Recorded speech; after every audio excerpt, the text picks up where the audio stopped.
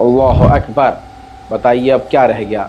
उधर मेरे दोस्तों, सीरिया से भी इजराइल के ऊपर ड्रोन और मिसाइलें आई हैं, जिसके बाद जवाबी कार्रवाई उसी वक्त इजराइल ने दमिश्क पर की थी। इजराइल ने जानकारी दी कि ईरान ने 3 वेव का हमला शुरू किया है, यानी 3 स्टेप में हमला किया है। पहला ड्रोन लॉन्च किया, फिर उसने क्रूज मिसाइल लॉन्च करी, फिर उसके बाद बैलिस्टिक मिसाइल लॉन्च की है। अपनी नाजायज़ औलाद को मिसाइलों के साए में देखकर इसके तमाम मल्टीपल बापों को तकलीफ़ हुई। अमेरिका ने निंदा करी, फ्रांस ने भी निंदा करी और जर्मनी ने भी निंदा कर दी, और साथ में यूरोपीय यूनियन ने भी, यानी एक तरह से पूरी दुनिया ईरान के खिलाफ हो गई कि भैया ये तो गलत किया है। ये वही देश हैं जब अपने मुंह में टट्टी रख के बैठे थे चुपचाप, जब सीरिया के अंदर दमिश्क के IRGC के दफ्तर पर हमला हुआ था, तब इनके मुंह में फंसा हुआ था कुछ। अब आपको बता दूं कि जॉर्डन का ये खुल्लम खुल्ला हरामीपन समझ लीजिए, और क्या कहें इसको, देखने के बाद ईरान ने खुली धमकी भी जॉर्डन को दे दी है। जॉर्डन से कह दिया है कि अगर तुमने मैदान जंग में इजराइल और अमेरिका का साथ दिया तो तुम्हें भी निशाना बनाया जाएगा। मैं कहूँगा बना दो निशाना, बोल क्यों रहे हो भैया, सीधा निशाना बनाओ, दागो, जॉर्डन पे भी हमला करो भाई साहब। उधर आपको बता दूं कि बड़ी बात यह है कि ईरान ने ये हमला बताकर किया है।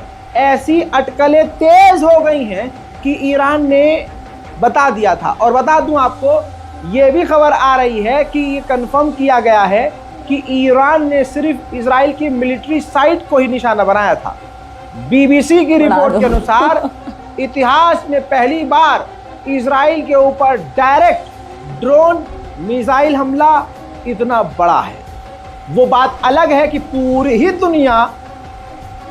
दुनिया नुन्ने इजराइल को बचाने के लिए अपनी पूरी ताकत झोंक दे तो मिसाइल वहां गिरे या ना गिरे, ये बात अलग है।